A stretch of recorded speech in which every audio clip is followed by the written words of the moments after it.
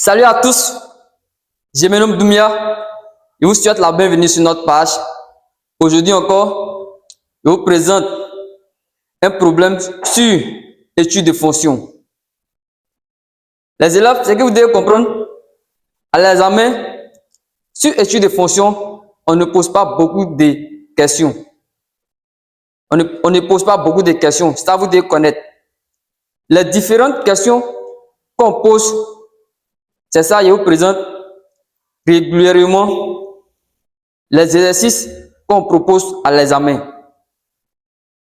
Donc pour cela, je vous ai proposé un exercice type bac 2012. Tardez, nous allons passer à la correction de notre exercice. Ce problème, c'est bac 2012. Bac 2012. Extrait bac 2012. On considère la fonction g dérivable est définie sur 0 plus infini. Ce que vous devez comprendre, sur l'intervalle 0 ici, l'intervalle est ouvert. Ça veut dire que la fonction n'est pas définie en 0. Par g de x égale à expo de x plus 2 ln de x. Ici, la première question, 1a, on a déterminé limite lorsque x tend vers 0 par valeur supérieure de g de x et limite lorsque x tend vers plus infini par la fonction g de x. Voici la première question auquel vos aînés étaient confrontés en 2012. Question B, on dit calculer g' de x. Question C, on dit étudier le sens des variations de g puis dresser son tableau de variations. Ici, on dit d'étudier le sens des variations. Cela veut dire, nous allons voir si la fonction g de x est-elle strictement croissante ou la fonction g de x est-elle strictement décroissante, c'est-à-dire la monotonie de la fonction. La question 2a, on dit démontrer que l'équation g de x égale à 0 admet une solution unique alpha sur l'intervalle ouvert de 0 à plus infini. La question B, on dit vérifier que alpha est compris entre 0,4 et 0,5. Enfin, la dernière question auquel les élèves trouvent énormément de difficultés, c'est la question C. Cette question fatigue énormément d'élèves. Or, cette question pour la démonstration ici, elle est très très simple. Or, on constate que ça fatigue énormément d'élèves. Donc, ceux qui vont rester jusqu'à la fin de cette vidéo, ils ne vont plus avoir problème sur la démonstration de ce genre de questions. Donc, on essaie de démontrer que, quel que soit x appartient à l'intervalle 0 alpha, g de x est strictement inférieur à 0. Ici, on dit quel que soit x appartenant à l'intervalle ouvert alpha plus infini, g de x est strictement supérieur à 0. Voici les différentes questions auxquelles vos aînés étaient confrontés en 2012. Donc pour cela, nous allons passer à la correction de l'exercice. Je vous dis restez jusqu'à la fin de cette vidéo pour que vous puissiez comprendre comment résoudre la question, c'est la dernière question, la démonstration de la dernière question. Après avoir présenté l'exercice du bac 2012, nous allons passer à la correction. Donc, A, déterminant limite 1A, déterminant 2 points, limite lorsque x tend vers 0 par valeur supérieure. Pourquoi par valeur supérieure? Regardez notre intervalle ici. C'est de 0 à plus infini. Donc, ce 0 est un 0 positif. Par valeur supérieure de la fonction g de x égale à quoi ici? Limite, lorsque x tend vers 0 par valeur supérieure, la fonction g de x n'est rien d'autre que quoi? Expo de x plus 2 ln de x. Or, qu'est-ce que nous savons ici? On remarque quoi? On remarque une limite de référence. Limite lorsque x tend vers 0 par valeur supérieure de ln de x. Cela donne quoi? Cela donne moins l'infini, que vous connaissez bel et bien. C'est une limite de référence. Limite lorsque x tend vers quoi? X tend vers 0 par valeur supérieure de ln de x a fait moins l'infini. C'est les choses que vous devez connaître par cœur avant d'aller à l'examen. Limite lorsque x tend vers 0 par valeur supérieure de la fonction g de x donne quoi ici? Moins l'infini. On va justifier pourquoi c'est moins l'infini. Car quoi? Limite lorsque x tend vers 0 par valeur supérieure de la fonction ln de x donne quoi? Donc ça c'est une limite de référence que vous devez connaître par cœur. Limite lorsque x tend vers 0 par valeur supérieure de ln de x, cela donne quoi? Moins l'infini. Et encore limite lorsque x tend vers 0 par valeur supérieure d'expo de x. Ici on remplace x par 0 ici. Ça donne quoi ici? Expo de 0. On sait que tout nombre à la puissance 0 donne quoi? Donne 1. Donc cela fait 1. Donc voilà, on a ajouté ici. La limite lorsque x tend vers 0 par valeur supérieure de g de x donne moins l'infini. Car quoi? Limite lorsque x tend vers 0 par valeur supérieure de la fonction ln de x donne quoi? Moins l'infini. Voici la justification qui est là. Vous mettez la limite, après vous justifiez pourquoi vous trouvez moins l'infini. Donc ici, il va encadrer.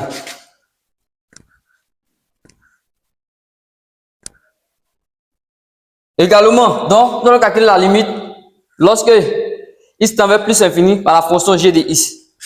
Donc, limite lorsque x tend vers plus infini par la fonction g de x, cela donne quoi?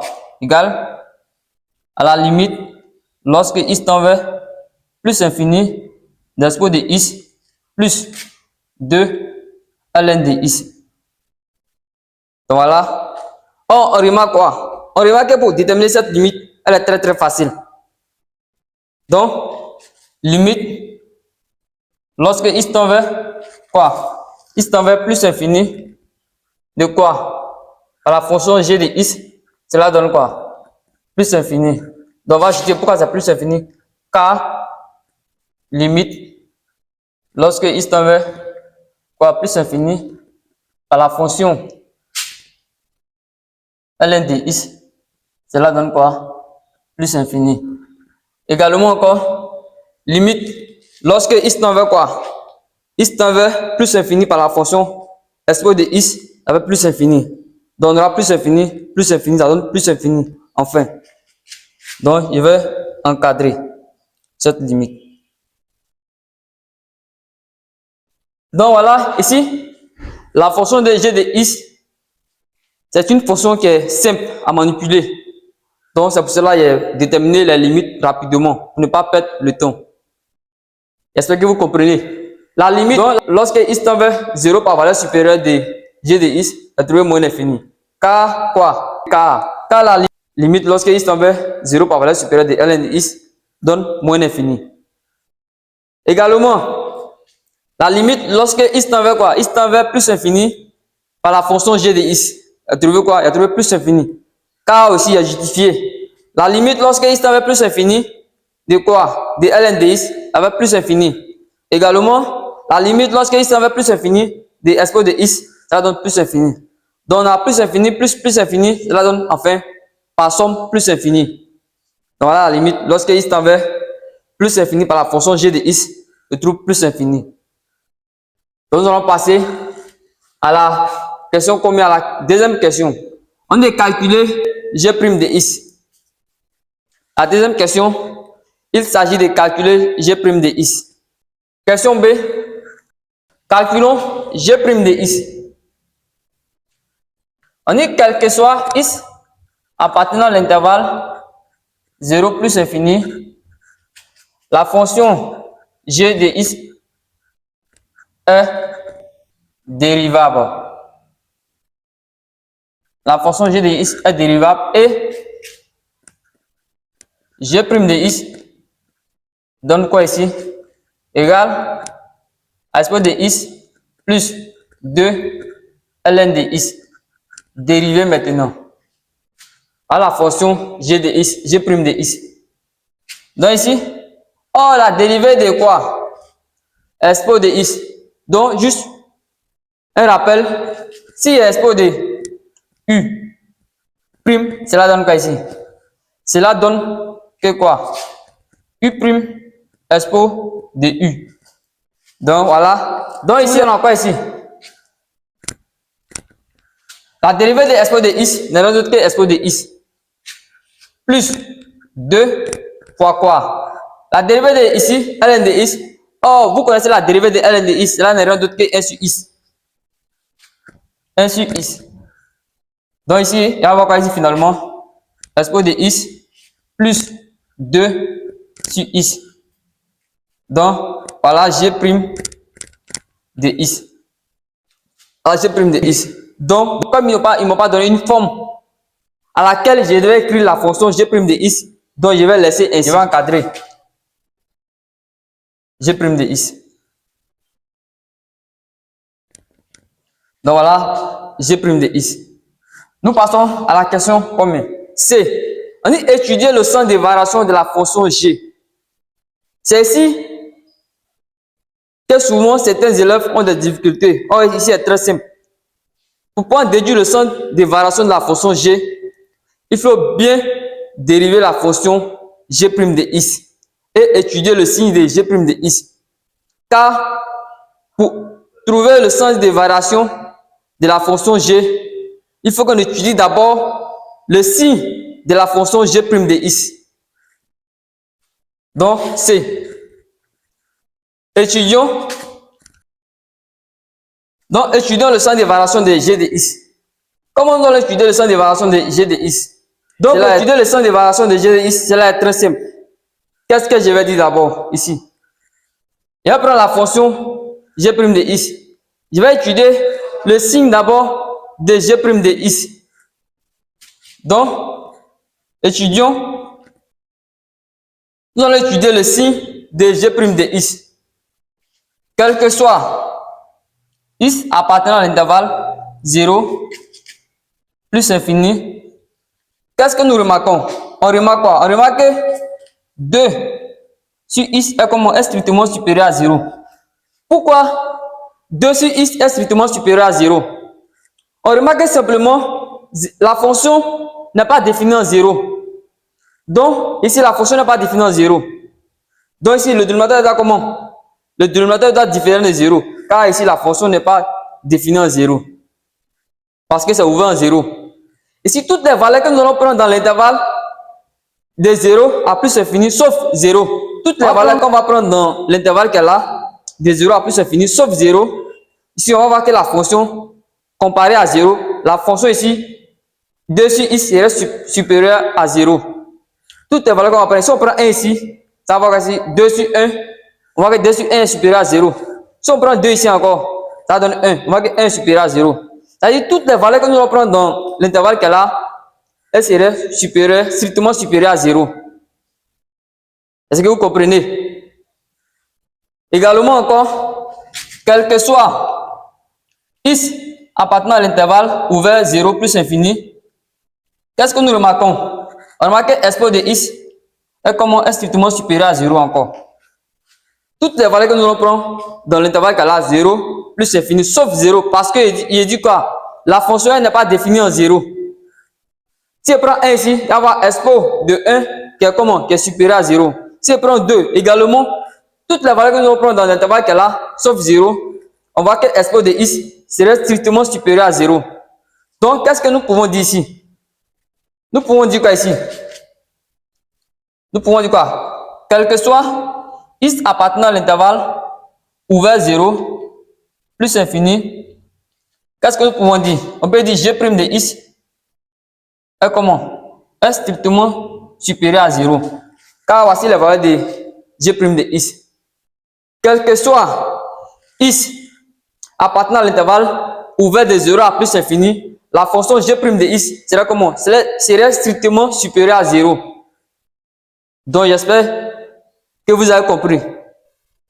Donc, si la fonction g' de x est strictement supérieure à 0 sur l'intervalle qu'elle a, 0 plus infini, qu'est-ce que nous pouvons en déduire par rapport au sens des variations de la fonction g? Puisque nous avons montré que sur l'intervalle 0 plus infini, la fonction g' de x était comment? Était strictement supérieure à 0. Qu'est-ce que nous pouvons dire maintenant pour déduire maintenant rapidement le sens des variations de la fonction g de x? Puisque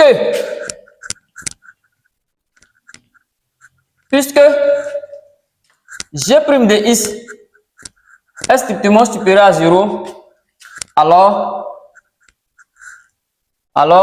quel que soit x appartenant à l'intervalle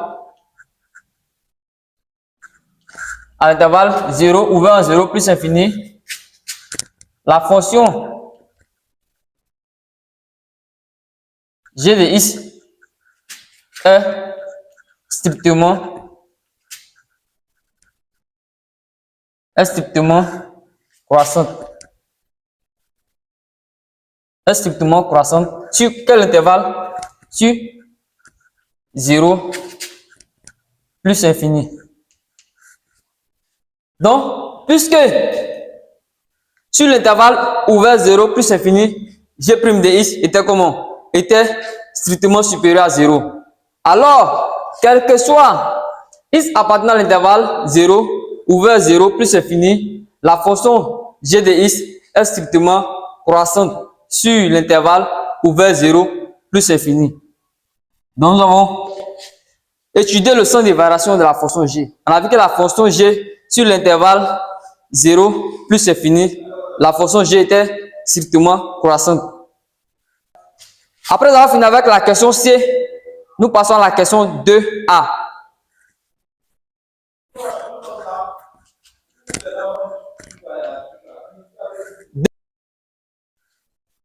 La question 2A, démontrons que l'équation g de x égale à 0 admet une solution unique alpha sur l'intervalle ouvert 0 plus infini.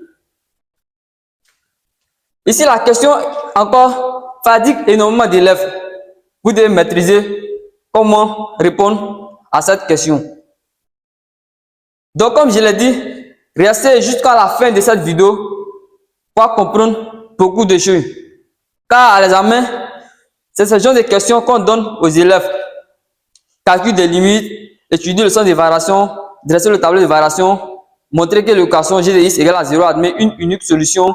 Et la dernière question, qui est une démonstration que vous devez connaître ou devez maîtriser cette démonstration.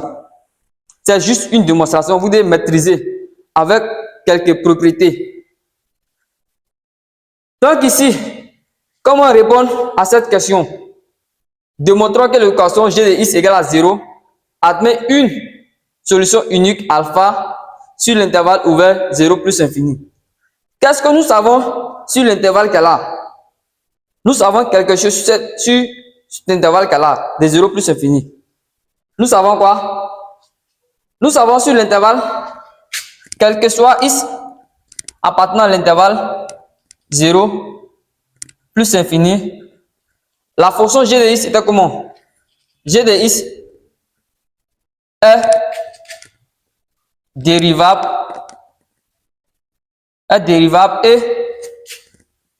et strictement quoi? Croissante. Est strictement croissante sur l'intervalle qu'elle a. Sur l'intervalle 0 ouvert 0 plus infini. Ça, nous savons. Quel que soit x appartenant à l'intervalle ouvert 0 plus infini, g de x est dérivable et strictement croissant sur l'intervalle encore ouvert 0 plus infini. Ça, nous savons. Donc, cela veut dire quoi? Si on a dit que g de x est dérivable, encore g de x est croissante sur l'intervalle 0 ouvert 0 plus infini, cela veut dire quoi? Cela veut tout simplement dire que g de x réalise une une bijection de l'intervalle qu'on nous a donné, de l'intervalle de 0 à quoi ici?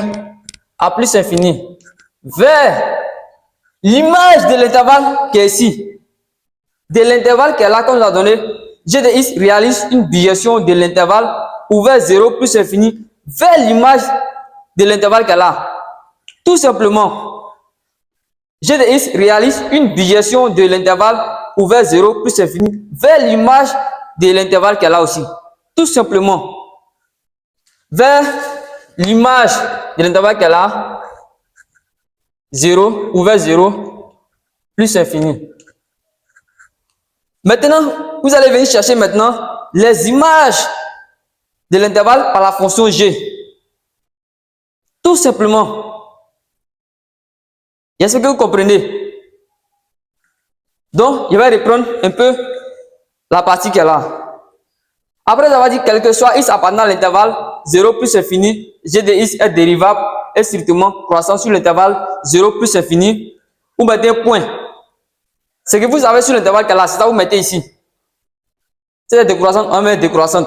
Or, sur l'intervalle 0 plus infini, on sait quoi? On sait que la fonction sur l'intervalle 0 plus infini, on sait que la fonction g de x est strictement croissante. Nous savons ça. Point maintenant. Ce qu'on vient de dire ici, ça veut dire quoi? Ça veut dire ici que la fonction g de x réalise une bijection de l'intervalle 0 plus infini. Vers maintenant les images de l'intervalle qu'on nous a donné, qui est de 0 à plus infini. Maintenant, on va venir chercher maintenant les images de l'intervalle qui est là. L'intervalle 0 plus infini par la fonction g de x. Donc, avec quoi? G de 0 à plus infini égale à quoi ici? Cela donne quoi ici? Donc, égale à g limite lorsque x tend vers 0 par valeur supérieure de la fonction g de x et limite lorsque x tend vers quoi ici? Plus infini par la fonction g de x. Donc ici, avec g, il calcule les images de l'intervalle qui est là, ouvert à plus infini par la fonction g. Ici maintenant, limite lorsque x tend vers 0, ici, 0 qui est là ici, par la fonction g de x. Point. Limite lorsque x tend vers plus infini, ici, il prend plus infini ici, par la fonction g de x. Cela donne quoi? 0 à plus infini égale à quoi ici? Or, il y a calculé au départ, on a calculé la limite lorsque x tend vers 0 par valeur supérieure de la fonction g de x. Nous avons trouvé quoi? On a trouvé moins l'infini. Donc ici, moins l'infini. Or, on a calculé la limite lorsque x tend vers plus infini par la fonction g de x. Nous avons trouvé quoi? Plus infini. Donc, plus infini. Or, qu'est-ce que nous pouvons dire ici? La question, c'était de montrer que l'équation g de x égale à 0 admet une solution unique alpha sur l'intervalle ouvert 0 plus infini. C'est ça la question. Or, qu'est-ce que nous remarquons?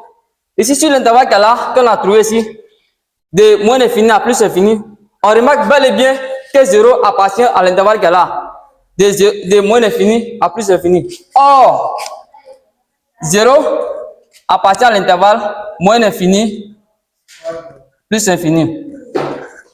Or, comme 0 appartient à l'intervalle moins infini, plus infini, qu'est-ce que nous pouvons dire?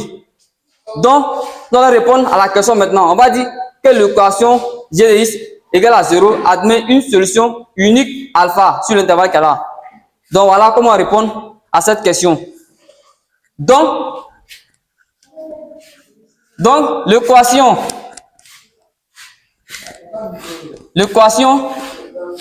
g de x égale à 0 admet une solution Une solution unique, alpha sur l'intervalle ouvert de 0 à plus infini. Voilà comment répondre à cette question. Cette question fatigue énormément d'élèves. Donc, à partir de cette vidéo, j'espère que vous n'aurez plus de problèmes. Comment répondre à ce genre de questions. Après avoir répondu à la question C, j'avais oublié de dresser son tableau de variation. Voici le tableau de variation de la fonction G.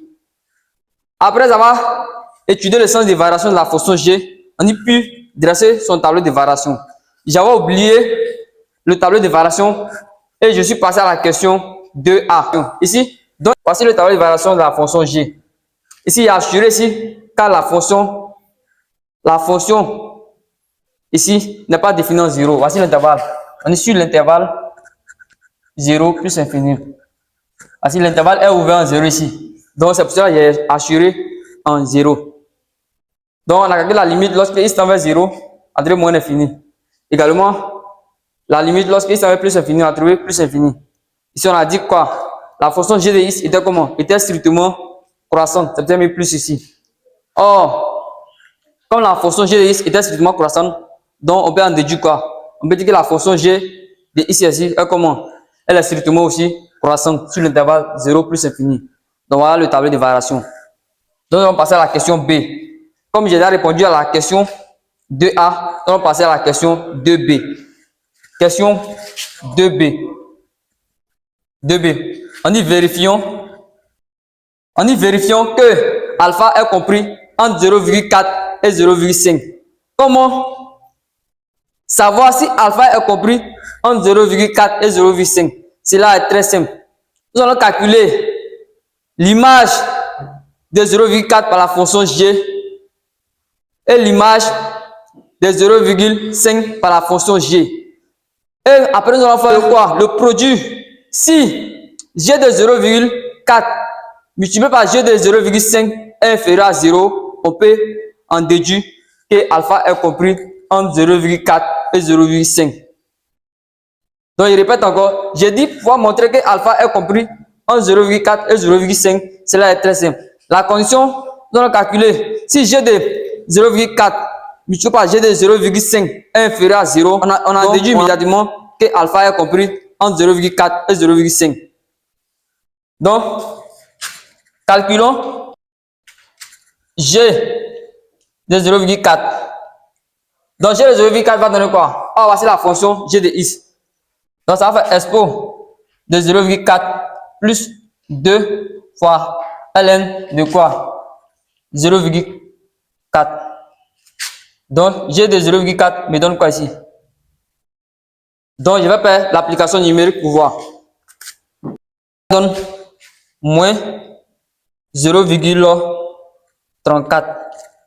Également, je vais calculer g de 0,5. G de 0,5 me donne quoi ici? On me donne expo de 0,5 plus 2 ln de 0,5. Je vais calculer pour voir. Ça, c'est g de 0,5.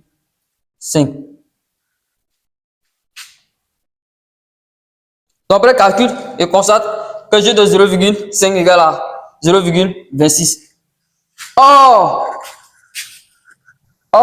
g de 0,4 multiplié par g de 0,5 est comment par rapport à 0? Est bel et bien inférieur à 0. On est d'où alpha est bel et bien compris entre 0,4 et 0,5. Donc, voilà, on a vérifié que alpha était compris entre 0,4 et 0,5. La condition pour montrer que alpha est compris entre 0,4 et 0,5, voilà la condition qu'elle a. Vous calculez d'abord g de 0,4. G de 0,4 égale à moins 0,34. Après, on calcule g de 0,5. On constate que g de 0,5 égale à 0,26. Or, on vient faire le produit. Or, g de 0,4 deux par g de 0,5 est comment? Est inférieur à 0. Parce que alpha est compris entre 0,4 et 0,5. Voilà comment vérifier que alpha était compris entre 0,4 et 0,5. Nous allons passer à la dernière question. La dernière question même, cette question même qui fatigue énormément d'élèves. Ici, cette question, elle est très importante.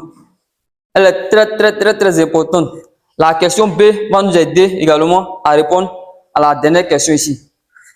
On dit, montrons que, quel que soit x appartenant à l'intervalle 0 alpha, g de x est comment? Est inférieur à 0. Également encore, on dit, quel que soit x appartenant à l'intervalle alpha plus infini, g de x est comment? Est supérieur à 0. Donc, regardez comment je vais faire cette démonstration. Vous devez me suivre à la lettre. Les explications, vous devez écouter. Et comment je vais effectuer la démonstration. C'est une démonstration. Ce n'est pas quelque chose de magie. C'est une démonstration. Vous devez apprendre. Si moi, donc nous allons passer à cette démonstration. Donc la dernière question, c'est, on dit démontrons. Donc comment nous allons montrer cette question?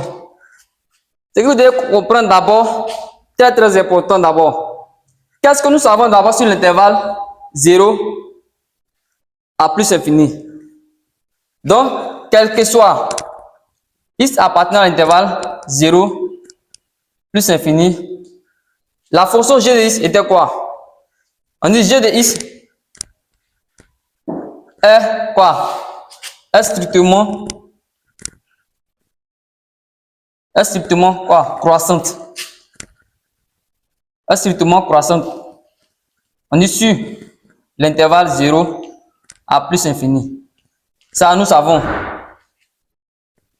Or, également, nous venons de montrer que alpha était compris entre quoi? 0,4 et 0,5. C'est-à-dire que alpha appartient à notre intervalle ici de 0 à plus infini. Alpha serait forcément dans l'intervalle, car alpha est compris entre 0,4 et 0,5. Nous avons montré ça. Alpha ici appartient à l'intervalle 0 et plus infini. Donc cela donne que si alpha appartient à cet intervalle, nous allons introduire alpha dans notre intervalle ici, ouvert de 0 à plus infini. Donc cela donne quoi ici? Cela donne ici de 0 alpha union alpha plus infini. Donc nous avons introduit alpha dedans. Si alpha est compris dans l'intervalle 0 plus infini, si alpha est dedans, alpha est forcément dedans, car nous venons de montrer que ici que alpha est compris entre 0,4 et 0,5. C'est-à-dire forcément alpha est dedans. Car dans l'intervalle ouvert de 0 à plus infini, nous avons 0,4 dedans et 0,5 dedans. Or, alpha est compris entre ces deux valeurs. Donc, forcément, alpha est dans cet intervalle qu'elle a. Donc, j'ai introduit mon alpha dedans. J'ai trouvé intervalle ouvert de 0, ouvert encore en alpha union, ouvert alpha plus infini. Donc, je vais montrer sur l'intervalle qu'elle a que la fonction g de x est comment? La fonction g de x est strictement décroissante. Et également sur l'intervalle alpha plus infini, que la fonction g de x est comment? Elle est strictement croissante. G de x est strictement croissante. Donc voilà, c'est tout. Donc on dit quel que soit x appartenant à l'intervalle de 0 alpha, cela implique quoi? Je vais écrire d'abord ce que vous devez connaître ici. Nous allons écrire sous forme de quoi? Sous forme d'inégalité. C'est-à-dire plus grand ou plus petit, sous forme d'inégalité. Donc, quel que soit x appartenant à quoi? À l'intervalle 0 alpha. Je vais écrire l'intervalle qui a la forme d'inégalité. Donc, alpha, x serait compris entre quoi ici? X et 0 ici, alpha ici. À la valeur de x. X est compris entre 0 alpha. Voici comment on écrit ça là. L'intervalle ouvert de 0 à alpha, sous forme d'inégalité. Or, qu'est-ce que nous savons ici? Donc ici, cette partie ne m'intéresse pas, car je ne connais pas g de 0. Or, je connais bel et bien g d'alpha. Donc, c'est cette partie qui m'intéresse. Cette partie, je vais prendre la partie qui est là. Ici, cela donne quoi ici? Cela implique quoi? X qui est inférieur à alpha. Comme la fonction était croissante sur l'intervalle de 0 à plus infini, donc g de quoi? G de x serait inférieur à g d'alpha. Si la fonction était strictement décroissante sur l'intervalle 0 à alpha, 0 à plus infini, excusez-moi. Si la fonction était strictement décroissante de 0 à plus infini, la fonction ici serait supérieure à g d'alpha. Dans le cas où la fonction était strictement décroissante. Mais comme dans notre cas, la fonction ici est croissante, donc qu'est-ce que nous pouvons dire? Qu'est-ce que nous allons faire ici? G de x ici serait comment? Serait inférieur à g d'alpha. Or, g d'alpha ici égale à combien? Égale à 0. Égale à 0. Pourquoi g de alpha égale à 0? Car ici, dans la question ici, nous avons montré que g de x égale à 0 admet une solution unique alpha sur l'intervalle 0 à plus infini. Donc, c'est-à-dire quoi? Cela revient à quoi? Que g d'alpha égale à 0 sur l'intervalle. On dit, oh, g de alpha égale à 0 sur l'intervalle de 0 à plus infini. Donc ici, je vais remplacer g d'alpha par 0. Quel que soit x appartenant à l'intervalle, de quoi ici? L'intervalle de 0, alpha ici, g de x est comme ici, elle est inférieure à 0. Car ici, notre g d'alpha est égal à 0. Donc nous allons passer à l'intervalle ici, alpha plus infini. Donc, je reprends comme je l'ai dit. Dans le cas, si on travaille sur notre intervalle, si la fonction g de x était décroissante, ça allait changer. Donc, vous pouvez regarder la première vidéo que j'ai faite pour bien comprendre. Donc, quel que soit x appartenant à l'intervalle, alpha plus infini, ici, nous allons écrire comme je l'ai dit, l'intervalle qui a la sous forme d'une égalité. Donc, il serait comprendre quoi ici? Entre plus infini et alpha ici. Donc, cette partie ne m'intéresse pas, plus infini ici, car je ne connais pas g de plus infini. Donc, cette partie qui m'intéresse ici. Donc, quel que soit x appartenant à l'intervalle, ouvert alpha, plus infini ici, qu'est-ce que j'aurai ici? J'aurai ici alpha, qui est comment? Qui est inférieur à x ici. On dit alpha inférieur à x. Donc, cela veut dire quoi? Que alpha est plus petit que x. Si alpha est plus petit que x, cela veut dire que x est plus grand que alpha. Donc, je vais bien écrire. X est plus grand que alpha ici. Or, comme la fonction sur l'intervalle 0 à plus infini, la fonction g de x était comment? La fonction g de x était strictement croissante. Donc, quand la fonction g de x était strictement croissante, g de x serait également supérieur à quoi? À g d'alpha ici. Mais dans le cas où la fonction était décroissante, ça ne serait pas également pareil. Donc ici, quel que soit x appartenant à l'intervalle alpha plus infini, comment? G de x est comment? Est supérieur à g de alpha. Or, g d'alpha égale à 0 sur l'intervalle 0 à plus infini. Car nous avons montré que alpha était une solution unique de l'équation g de x égale à 0. Donc, g d'alpha égale à 0. Si g d'alpha égale à 0, il va passer g d'alpha par 0 ici. Donc, quel que soit x appartenant à l'intervalle ouvert de alpha à plus infini, voilà que g de x est comment? Est supérieur, est strictement supérieur à 0.